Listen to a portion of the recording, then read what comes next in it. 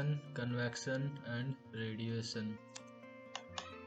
Heat को transfer करने के तीन तरीके हैं, through conduction, through convection and through radiation.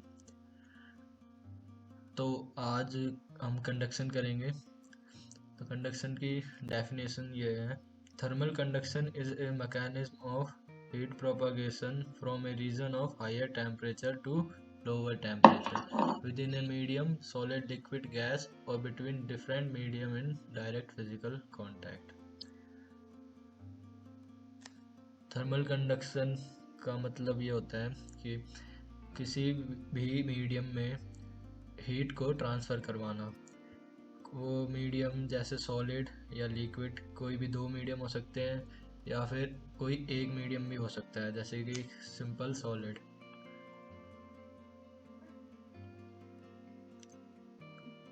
The thermal energy may be transferred by means of migration of free electrons and lattice vibration। Conduction में heat का transfer दो तरीकों से होता है, एक माइग्रेशन ऑफ फ्री इलेक्ट्रॉन्स के through and second one is lattice vibration.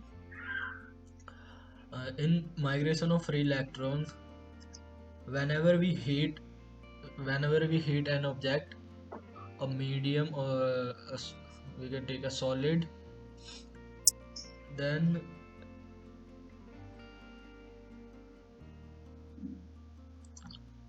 for example this is a solid, इसकी चारों तरफ आउटर मोस्ट ऑर्बिट पे इलेक्ट्रॉन्स है और इनर मोस्ट ऑर्बिट पे भी इलेक्ट्रॉन्स है।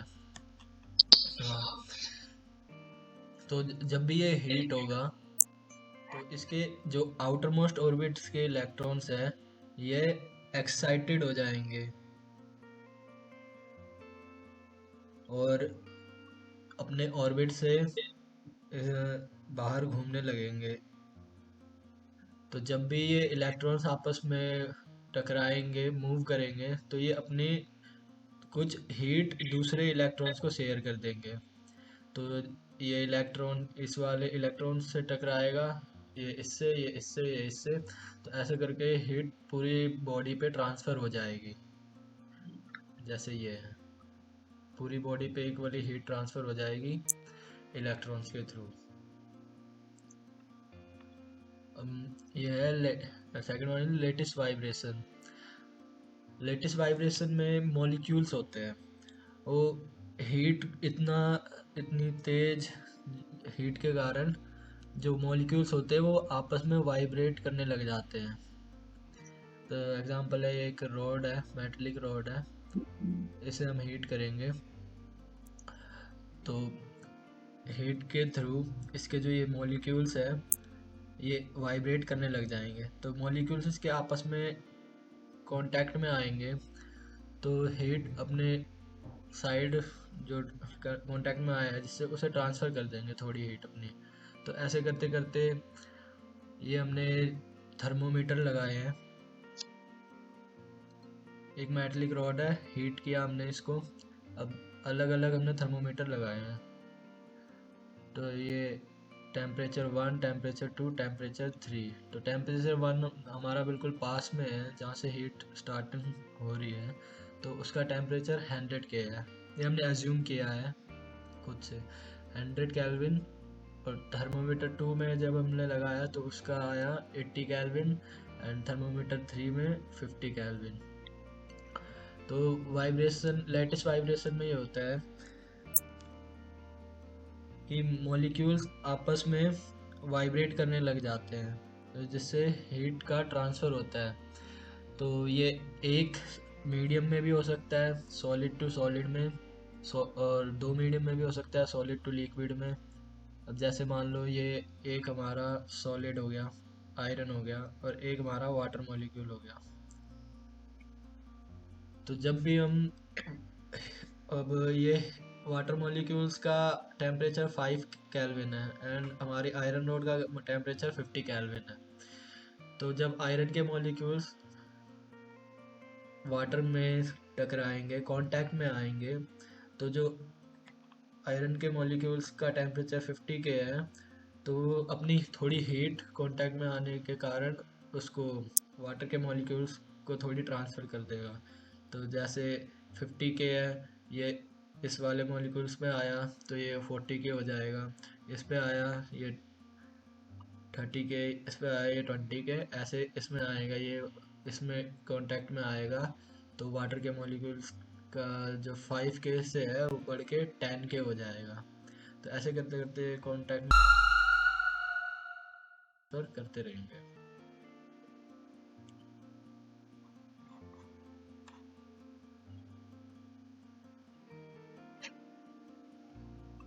Now let us try a numerical on thermal conduction। तो क्वेश्चन गिवन है हमारे पास, a 7.5 centimeter thick side wall of an oven is primarily made of insulation with a thermal conductivity of 0.4 W per meter Kelvin, watt per meter Kelvin. Condition on the inside of the wall fix the temperature on the side at 420 Kelvin. The electric coils within the oven dissipate 36.5 watts of electrical energy to make up for the heat lost through the wall. Calculate the wall surface area perpendicular to heat flow so that the temperature on the other side of the wall does not exceed 310K. 310K। तो basically हमारे पास जो digit है, पहले हम इसके फॉर्मूले को देखेंगे। Q is equal to K into A T1 minus T2 upon में डेल्टा। Q जो हमारा होता है वो हीट ट्रांसफ़र होता है, ए होता है area of heat transfer, delta होता है पाथ लेंथ। डेल्टा यहाँ पे शो नहीं हो रहा तो मैं आपको शो करके दिखा देता हूँ।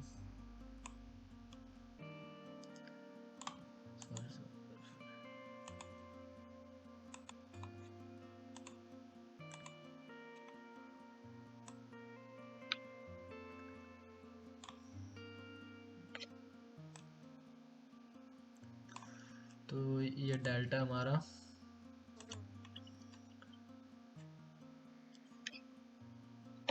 डेल्टा बेसिकली लेंथ को कहते हैं। T1 is equal to temperature, T2 is equal to temperature, second temperature जो हमें गिवन होता है, and K is equal to हमारा थर्मल कंडक्टिविटी।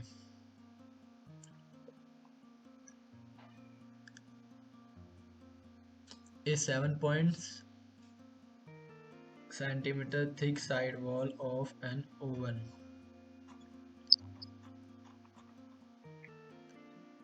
तो हमें लेंथ दे रखी है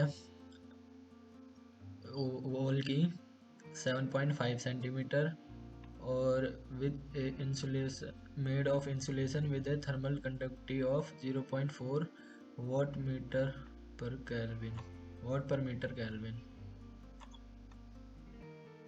0.4 क्या है हमारा, के थर्मल कंडक्टिविटी है 0.4 वाट मीटर पर kelvin. Condition on the inside of the wall fix the temperature on the side at 420 K. तो ये हमारा T1 है 420 kelvin. The electric coils within the oven dissipate 36.5 watts.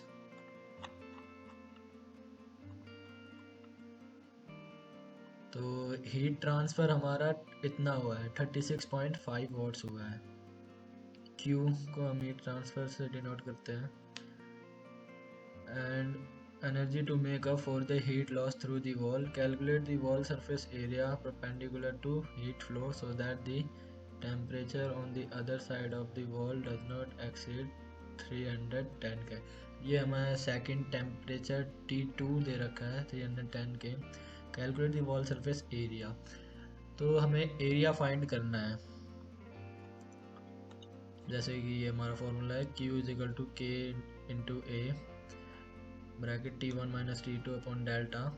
तो Q हमें दे मिल रखा है, K भी प्रोवाइड है, T1 भी पता है, T2 भी पता है और डेल्टा भी पता है 0.7 है। A फाइंड करना है हमें, तो हम सारी वैल्यूज़ को फॉर्मूले में पुट कर देंगे। थर्मल कंडक्टिविटी हमारी है 36.5 and sorry heat transfer rate है 36.5, Q is equal to heat transfer rate 36.5 और जो हमारा K है थर्मल कंडक्टिविटी 0.4 है। A हमें फाइंड करना है तो A को A लिख देंगे एंड टेम्परेचर 1 जो हमारा है वो 420 है T1 और टेम्परेचर 2 हमारा 310 है और जो हमें लेंथ दी गई है ओवन की वो 0.7 है डेल्टा। तो इसे हम सॉल्व करेंगे 5.87 A और इस साइड 36.5।